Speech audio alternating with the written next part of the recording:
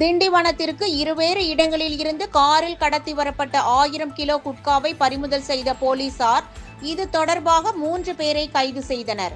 விழுப்புரம் மாவட்டம் திண்டிவனம் பகுதிகளில் தடை செய்யப்பட்ட குட்கா உள்ளிட்ட போதைப் பொருட்கள் விற்பனை செய்யப்படுவதாக கிடைத்த தகவலை அடுத்து தனிப்படை போலீசார் திண்டிவனம் பட்டணம் சாலையில் தீவிர கண்காணிப்பு பணியில் ஈடுபட்டனர்.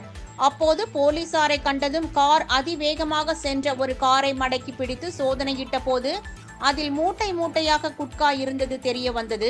இதை அடுத்து காரில் இருந்தவர்களிடம் மேற்கொண்ட விசாரணையில் அவர்கள் மதுராந்தகம் பகுதியைச் சேர்ந்த ஜோதிராஜ், அச்சரப்பாக்கம் பகுதியைச் சேர்ந்த தனசேகர் என்பதும் திண்டிவனத்தில் உள்ள பல்வேறு கடைகளுக்கு குட்காவை எடுத்துச் சென்று விற்பனை செய்ததும் தெரிய வந்தது. இதனைத் தொடர்ந்து 400 கிலோ குட்கா மற்றும் காரை பறிமுதல் செய்த போலீசார் இருவரையும் கைது செய்து நீதிமன்ற காவலுக்கு அனுப்பி வைத்தனர். இதேபோல் ஓலக்கூர் காவல் நிலைய எல்லைக்குட்பட்ட ஓங்கூர் சோதனை சாவடியில் வாகன தணிக்கை மேற்கொண்ட போலீசார் அந்த வழியாக வந்த காரை தடுத்து நிறுத்தி சோதனையிட்டனர். அதில் மூட்டை மூட்டையாக குட்கா இருப்பது தெரிய வந்தது. இதை அடுத்து காரில் இருந்த வடமாநில இளைஞரிடம் மேற்கொண்ட விசாரணையில் அவர் பெங்களூரு பகுதியைச் சேர்ந்த ஸ்ரீராம் என்பதும் இவர் கார் மூலம் குட்காவை கடத்தி வந்து திண்டிவனத்தில் உள்ள கடைகளுக்கு விற்பனை செய்தது தெரிய வந்தது.